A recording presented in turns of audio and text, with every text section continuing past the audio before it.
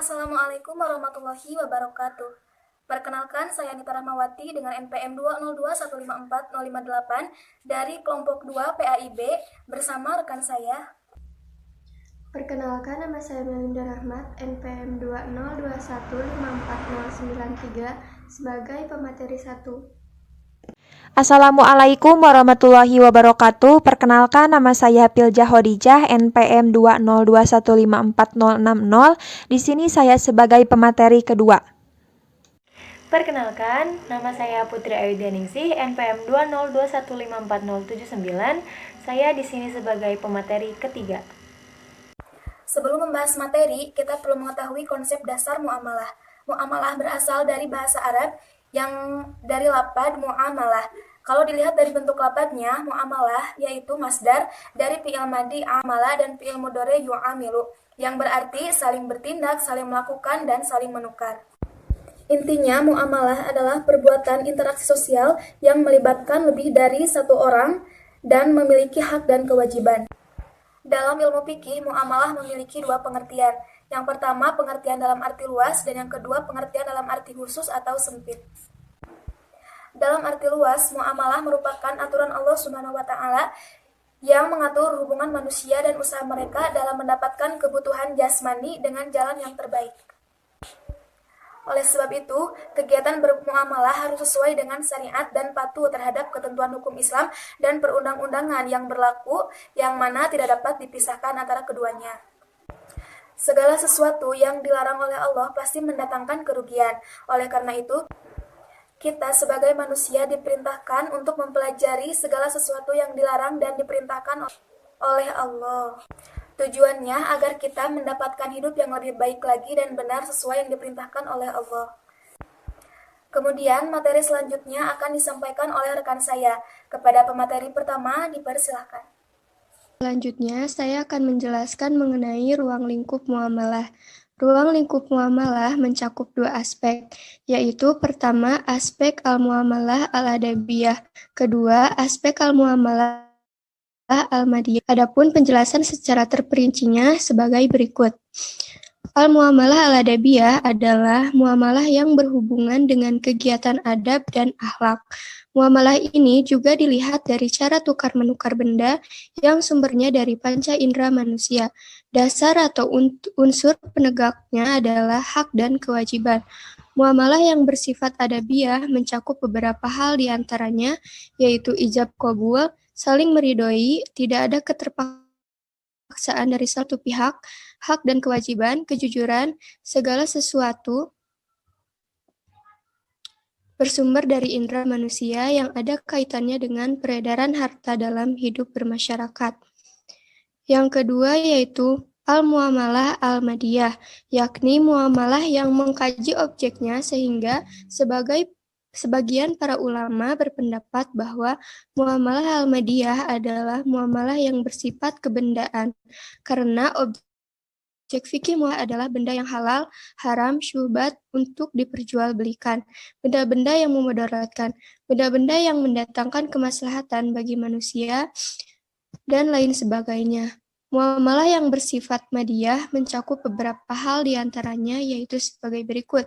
Yang pertama, al-bai' al-tijarah atau jual beli, merupakan transaksi atau tindakan yang telah disyariatkan oleh agama Islam dalam arti telah ada hukumnya yang jelas dalam Islam.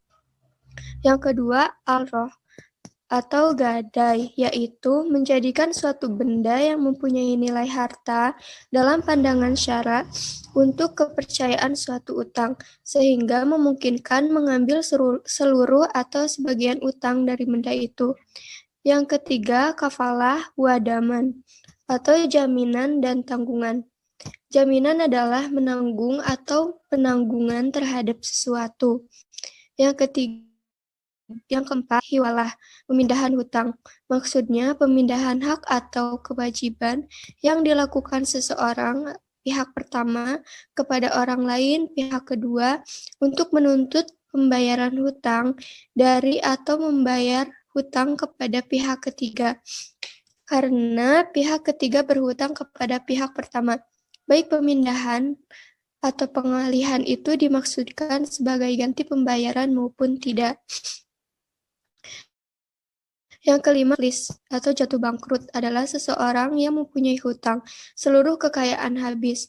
Yang terakhir, al-syirkah, perseorangan, yang mana syirkah ini dibangun atas prinsip perwakilan dan kepercayaan.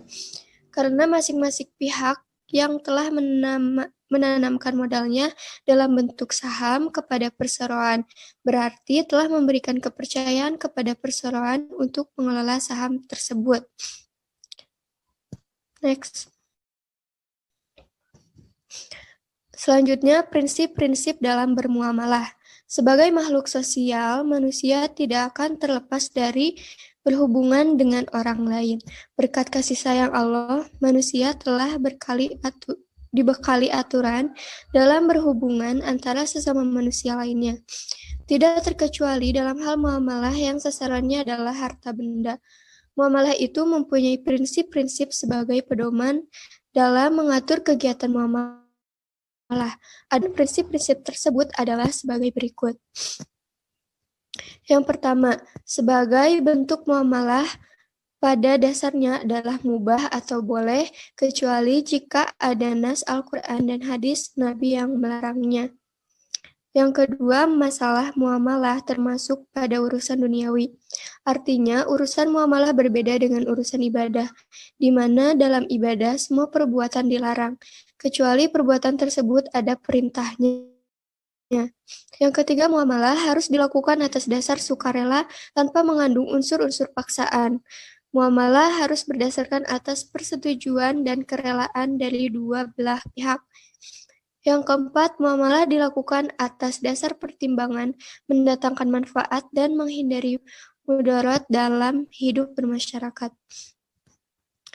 Kelima, adat kebiasaan yang berlaku.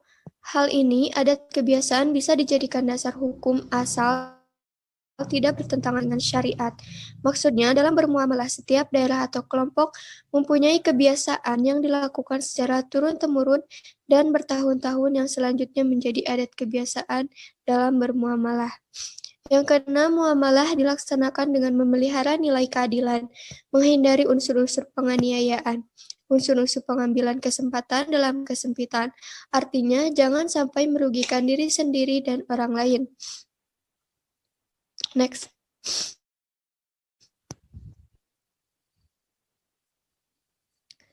Selanjutnya, hak kepemilikan harta dan akad. Yang pertama, pengertian hak. Secara bahasa, hak berarti subut yang berarti tetap, kokoh dan wujub yang berarti kewajiban atau keharusan. Sedangkan secara istilah, hak adalah suatu ketentuan yang digunakan oleh syara untuk menetapkan suatu kekuasaan atau suatu beban hukum. Secara sederhana, hak adalah kepentingan yang ada pada perorangan atau masyarakat atau pada keduanya yang diakui oleh syariat. Hak dibagi pada dua bagian. Pertama, hak terhadap harta, dan kedua, hak selain harta. Hak terhadap harta pun yang dimaksud hak yang berkaitan dengan selain harta, seperti hak perwalian terhadap seseorang. Yang kedua, pengertian kepemilikan. Kepemilikan adalah kehususan seseorang pemilik suatu barang untuk dimanfaatkan secara tidak ada larang sara. Jadi, jika seseorang memiliki harta dengan cara yang benar, maka harta itu khusus miliknya dan dia bisa memanfaatkannya, kecuali ada sebab-sebab yang ditetapkan syara atau ada halangan, misalnya gila, idiot, dan masih anak-anak. Kepemilikan dalam Islam dibagi menjadi 3 bagian. Pertama, kepemilikan pribadi, kedua, kepemilikan masyarakat, dan ketiga, kepemilikan negara. Kepemilikan pribadi atau individu adalah suatu barang atau benda yang dimiliki oleh pribadi dengan cara halal dan cara yang baik. Yang kedua, kepemilikan umum atau masyarakat adalah semua harta. Yang kedua, kepemilikan umum atau masyarakat adalah semua harta dan kekayaan milik masyarakat yang memberikan pemilikan atau pemanfaatan macam-macam benda kepada warganya. Kepemilikan negara, pada dasarnya kepemilikan ini sama dengan kepemilikan umum. Namun, dalam hal pengelolaan hak dan yang mengelolanya adalah pemerintah. Untuk memiliki harta, ada beberapa cara yang dapat dilakukan baik oleh perseorangan maupun kelompok, yaitu sebagai berikut. Pertama, transaksi jual-beli. Dengan transaksi jual beli, orang akan memiliki harta dan akan beralih kepemilikan barang kepada pembeli, sementara uang atau harta kepada penjual. Ikhrajul mubahat ialah mengambil sesuatu benda yang boleh dan ada yang memilikinya. Yang ketiga, warisan adalah harta yang dimiliki seorang dari harta yang diwariskan. Artinya, seorang anak memiliki harta dari harta yang diwariskan orang tuanya. Yang keempat, tawaf min mamluk. Kepemilikan hartanya berasal dari harta yang dimiliki. Misalnya, kambing melahirkan anaknya, kambing itu menjadi milik orang yang mempunyai induk kambing itu. Yang kelima, pemberian di negara kepada rakyatnya. Kepemilikan ini dapat menjadi apabila negara memberikan sesuatu kepada rakyatnya.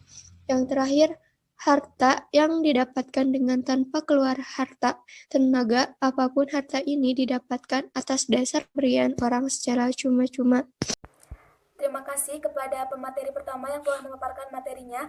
Selanjutnya, kepada pemateri kedua, dipersilahkan. Baik, terima kasih kepada moderator yang telah memberikan kesempatan kepada saya untuk memaparkan materi mengenai harta dan akad. Di sini saya akan menjelaskan terlebih dahulu apa itu pengertian harta. Jadi secara bahasa, harta berasal dari bahasa Arab yaitu kata almal yang berarti condong, cenderung, dan miring. Sedangkan menurut istilah, yaitu segala sesuatu yang memiliki nilai. Jadi sesuatu apapun jika ada nilainya, maka hal itu disebut dengan harta. Nah, di sini ada cara untuk membelanjakan harta. Yang pertama yaitu menggunakan harta secukupnya, artinya tidak boleh berlebih-lebihan. Yang kedua yaitu tidak membuat mubazir. Yang ketiga yaitu tidak menghambur-hamburkan harta atau boros. Dilanjut, di sini ada macam-macam harta. Nah, harta itu sekarang kita ke macam-macam harta. Apabila dilihat dari segi dapat atau tidaknya dipindahkan, harta terbagi menjadi dua. Yang pertama yaitu harta tetap, contohnya yaitu tanah. Yang kedua yaitu benda bergerak, contohnya pohon, bangunan, rumah, barang-barang, dan lain-lain. Nah, apabila harta ditinjau dari segi dapat atau tidaknya diganti dengan harta lain, maka terbagi menjadi dua. Yang pertama yaitu misli, yaitu benda yang dapat diganti dengan harta lain yang sama, contohnya yaitu gandum, kapas, besi, papan, pakaian. Nah, yang kedua yaitu kimi, yaitu benda yang hanya dapat diganti dengan harga, contohnya yaitu domba. Apabila ditinjau dari segi bernilai atau tidaknya, harta terbagi menjadi dua. Yang pertama yaitu mutakawam, artinya bernilai, dan contohnya yaitu pakaian, makanan, kebun. Dan yang kedua yaitu goyiru mutakawam, artinya tidak bernilai, contohnya yaitu minuman keras. Rukun akad ada 4, yaitu akid, ma'qud alaih, maudu al-aqd, dan sigot al-aqd. Yang pertama, akid yaitu orang yang berakad. Terkadang masing-masing pihak terdiri dari satu orang, terkadang terdiri dari beberapa orang. Nah, yang kedua yaitu ma'qud alaih, yaitu benda-benda yang diakadkan. Yang ketiga yaitu maudu al-aqd, yaitu tujuan atau maksud pokok mengadakan akad. Yang keempat yaitu sigot al-aqd, ialah ijab kabul.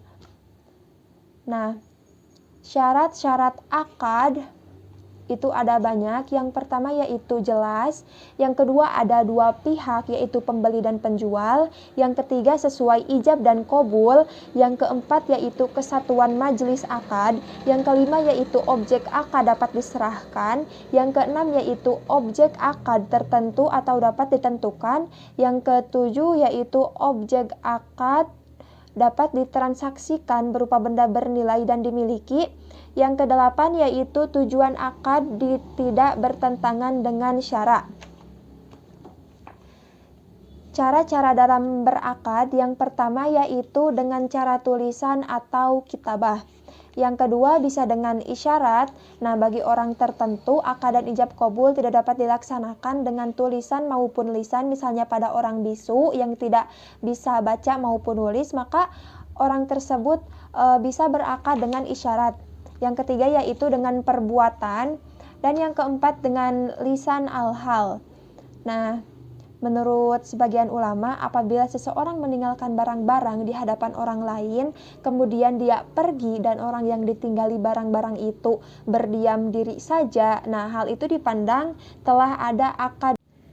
Sekarang dilanjut ke pengertian akad. Nah, menurut bahasa, akad berasal dari kata al-aqdu yang berarti ikatan, perjanjian, dan mufakat. Sedangkan menurut istilah, akad dapat diartikan sebagai pertalian atau pertemuan antara ijab dan juga qabul. Jadi, pengertian akad yaitu suatu perikatan antara ijab dan qabul dengan cara yang dibenarkan syara yang menetapkan adanya akibat-akibat hukum pada objeknya. Dasar hukum akad yaitu Quran Surat Al-Ma'idah ayat 1, di mana berdasarkan ayat tersebut dapat dipahami bahwa melakukan isi perjanjian atau akad itu hukumnya wajib. Sekarang kita ke macam-macam akad atau transaksi. Nah, jadi secara garis besar macam-macam akad dapat dibedakan menjadi dua bagian, yaitu akad menurut tujuan dan juga akad menurut keabsahannya. Yang pertama, akad menurut tujuannya. Ada dua, yang pertama yaitu akad tabaru atau akad nirlaba. Artinya, maksud dari akad ini bermaksud untuk menolong dan murni semata-mata karena mengharapkan ridho dan pahala dari Allah. Contohnya yaitu hibah, wakaf, wasiat, ibro, wakalah, kafalah, hawalah, ran, dan kirod. Yang kedua yaitu akad tijari, yaitu akad yang dimaksudkan untuk mencari dan mendapatkan keuntungan di mana rukun dan syarat telah dipenuhi semuanya. Nah, contohnya yaitu murabahah, salam, istisna, dan ijarah, mutaniyah, bitamlik, serta mudarobah dan musyarokoh. Yang kedua yaitu akad menurut keabsahannya. Ada akad sohih, akad fasih, dan juga akad batil. Yang pertama akad sohih yaitu akad yang memenuhi semua rukun dan syaratnya. Yang kedua yaitu akad fasid, yaitu akad yang semua rukunnya terpenuhi tetapi ada syarat yang tidak terpenuhi. Yang ketiga yaitu akad batil, adalah akad yang dimana salah satu rukunnya tidak terpenuhi dan otomatis syaratnya juga tidak dapat terpenuhi. Sekarang kita ke rukun-rukun akad. Rukun akad ada 4, yaitu aqid, ma'qud alaih, maudu al-aqd, dan sigot al-aqd. Yang pertama, aqid yaitu orang yang berakad. Terkadang masing-masing pihak terdiri dari satu orang, terkadang terdiri dari beberapa orang.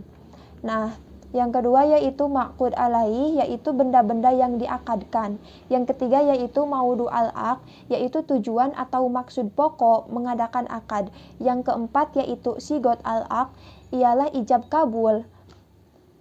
Nah, syarat-syarat akad itu ada banyak. Yang pertama yaitu jelas, yang kedua ada dua pihak yaitu pembeli dan penjual, yang ketiga sesuai ijab dan qabul, yang keempat yaitu kesatuan majelis akad, yang kelima yaitu objek akad dapat diserahkan, yang keenam yaitu objek akad tertentu atau dapat ditentukan, yang ketujuh yaitu objek akad dapat ditransaksikan berupa benda bernilai dan dimiliki. Yang kedelapan yaitu tujuan akad tidak bertentangan dengan syara. Cara-cara dalam berakad yang pertama yaitu dengan cara tulisan atau kitabah. Yang kedua bisa dengan isyarat. Nah, bagi orang tertentu akad dan ijab qabul tidak dapat dilaksanakan dengan tulisan maupun lisan, misalnya pada orang bisu yang tidak bisa baca maupun nulis, maka orang tersebut bisa berakad dengan isyarat. Yang ketiga yaitu dengan perbuatan, dan yang keempat dengan lisan al-hal. Nah, menurut sebagian ulama, apabila seseorang meninggalkan barang-barang di hadapan orang lain, kemudian dia pergi dan orang yang ditinggali barang-barang itu berdiam diri saja, nah hal itu dipandang telah ada akad ido atau titipan. Terima kasih kepada pemateri kedua yang telah memaparkan materinya. Selanjutnya, materi terakhir akan disampaikan oleh rekan saya. Kepadanya, saya persilahkan. Terima kasih kepada moderator yang telah memberikan kesempatan saya untuk menjelaskan materi tentang sistem ekonomi Islam. Sebagaimana kita ketahui bahwa sistem ekonomi Islam itu terbagi menjadi dua, yaitu sistem ekonomi konvensional dan sistem ekonomi Islam atau syariah. Sistem ekonomi konvensional memiliki arti umum digunakan, namun tidak serta-merta untuk diasosiasikan kepada seluruh masyarakat dengan suatu sistem tertentu, yaitu ada yang kapitalisme dan ada yang sosialisme. Untuk kapitalisme sendiri berarti bahwa sistem ini hanya untuk kaum yang bermodal besar, sedangkan untuk sosialisme itu merupakan sistem ekonomi yang mengatur sumber daya yang dikuasai oleh negara. Nah, kemudian untuk pengertian sistem ekonomi Islam sendiri, ini merupakan ilmu yang mempelajari tentang perilaku ekonomi manusia yang diatur berdasarkan agama Islam dan didasari dengan tauhid sebagaimana yang sudah dirangkum dalam rukun iman dan rukun Islam. Sistem ekonomi Islam juga dapat diartikan sebagai ilmu pengetahuan sosial yang mempelajari ekonomi berdasarkan prinsip dan nilai-nilai Islam. Kemudian untuk prinsip sistem ekonomi Islam, itu ada 5. Yang pertama yaitu berbagai sumber daya yang dipandang sebagai titipan dari Allah SWT pada manusia. Kemudian yang kedua yaitu Islam mengakui bahwa pemilikan pribadi dalam sebuah kehidupan itu memiliki batas-batas tertentu. Kemudian untuk yang ketiga yaitu kekuatan penggerakan utama di dalam ekonomi Islam itu adalah kerjasama, di mana kerjasama itu sangat penting dalam ekonomi Islam. Kemudian yang keempat adalah keadilan, yaitu ekonomi Islam sangat memegang teguh yaitu tentang keadilan, di mana harus tidak ada kerugian. Kemudian yang terakhir adalah ekonomi Islam itu sangat menjamin kepentingan banyak orang. Nah, kemudian ada ciri-ciri dari sistem ekonomi Islam. Yang pertama itu ada akidah. Akidah itu merupakan substansi atau inti dari penggerakan atau pengarahan ekonomi. Kemudian yang kedua itu ada syariah, di mana syariah itu merupakan batasan untuk memformulasikan keputusan ekonomi. Yang ketiga itu ada akhlak, di mana akhlak ini merupakan parameter yang digunakan untuk menjalankan sebuah kegiatan ekonomi. Kemudian ada kepemilikan yang multijenis. Kemudian ada kebebasan bertindak dan berusaha, di mana di sini ada freedom to act bagi setiap individu untuk menciptakan mekanisme pasar dalam syarat yang tidak ada distoris, yaitu proses perzaliman. Kemudian yang terakhir ada keadilan sosial, di mana keadilan sosial ini merupakan ciri-ciri dari sistem ekonomi yang terakhir, yang memiliki arti bahwa sistem yang tegas dengan secara konsisten dan menjamin dalam prinsip. Manfaat dari sistem ekonomi Islam itu ada 5. Yang pertama adalah apabila sistem ekonomi konvensional itu tidak memegang atau menafikan nilai-nilai moral dan agama, tetapi sistem ekonomi Islam itu sangat memegang prinsip tersebut. Kemudian yang kedua itu sangat memperhatikan kepemilikan individu. Kemudian yang ketiga itu menjadi salah satu dari sentral perekonomian di negara. Nah, yang keempat itu memiliki sistem yang baik bagi pemerataan dan distribusi pendapatan. Kemudian yang kelima itu ada setiap individu dalam ekonomi Islam itu termotivasi untuk bekerja dan bekerja dengan kunci yang kesusikan. Untuk manfaat yang kelima, bahwa sistem ekonomi Islam itu individunya pasti termotivasi untuk bekerja keras ke depannya. Nah, kemudian yang selanjutnya ada ragam ekonomi Islam di Indonesia. Selanjutnya yaitu ada ragam sistem ekonomi Islam di era modern. Nah, pastinya di era modern ini semuanya itu sudah berbasis online kan. Nah, di sini saya akan menjelaskan bahwa sistem ekonomi Islam juga sudah melakukan upgrade yang dimana dulunya tidak melakukan secara online, sekarang sudah bisa melakukan secara online. Dan sistem ekonomi Islam sendiri itu memiliki 3 asuransi transaksi. Nah, dengan demikian fikih muamalah telah menetapkan 3 atau memilih 3 dari transaksi modern yang ada. Yang pertama itu ada transaksi asuransi, yang kedua ada transaksi perbankan, dan yang ketiga adalah transaksi pasar modal. Nah, selanjutnya saya akan menjelaskan satu persatu dari transaksi yang berada di era modern ini yang diambil oleh fikih muamalah. Yang pertama adalah transaksi perbankan. Selanjutnya, saya akan menjelaskan tentang transaksi perbankan. Untuk perbankan sendiri itu memiliki arti sebagai intermediasi untuk mengerahkan dana yang dibutuhkan oleh masyarakat, kemudian menyalurkan kembali dana tersebut kepada masyarakat dalam bentuk fasilitas yang diperlukan. Nah, kemudian perbedaannya dari konvensional dan syariah sendiri, perbankan itu kalau konvensional itu lebih ke bunga atau raung. Apabila bank konvensional itu mengambil keuntungan dari sebuah bunga, nah sedangkan bank syariah itu mengambil dari adanya timbal balik jasa atau markup ataupun profit. Nah, selanjutnya yaitu transaksi asuransi. Untuk transaksi asuransi ini ada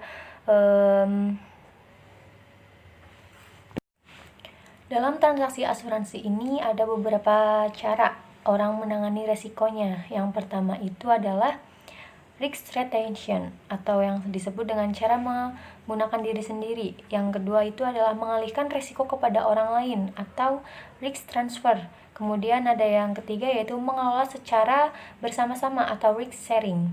Nah, inilah cara yang ketiga yang dimaksud dengan asuransi syariah. Nah, asuransi syariah sendiri itu diadopsi oleh ulama pada tahun 1985. Kemudian saya akan menjelaskan perbedaan dari asuransi syariah dan asuransi konvensional. Dari aspek perjanjian, dana, kemudian pengelolaan dananya, bagi hasilnya, ada zakatnya juga, kemudian untuk pengawasannya juga, status dana pun, kemudian ada jenis investasinya.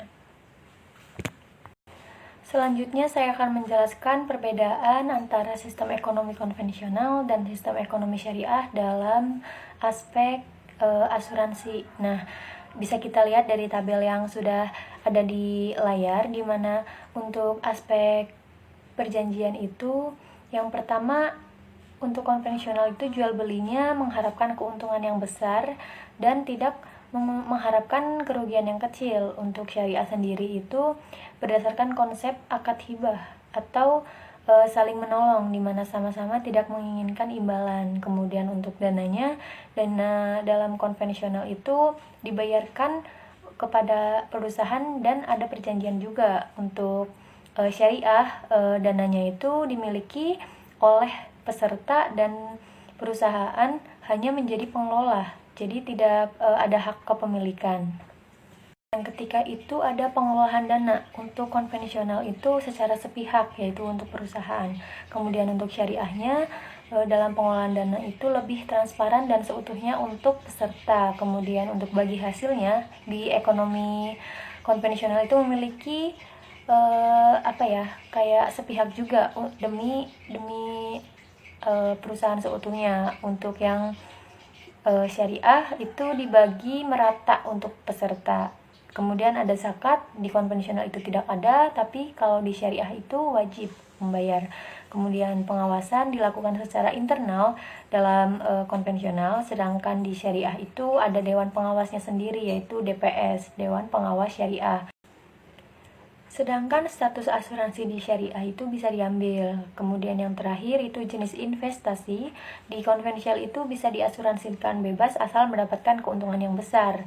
Nah, kemudian kita ada transaksi yang terakhir yaitu pasar modal, di mana pasar modal sendiri itu merupakan tempat perdagangan antara pihak yang kelebihan modal dan yang memerlukan modal. Jadi pasar modal ini salah satu tempat pertemunya penjual dan pembeli dengan objek yang diperjualbelikan. Nah, pasar modal sendiri Indonesia juga pernah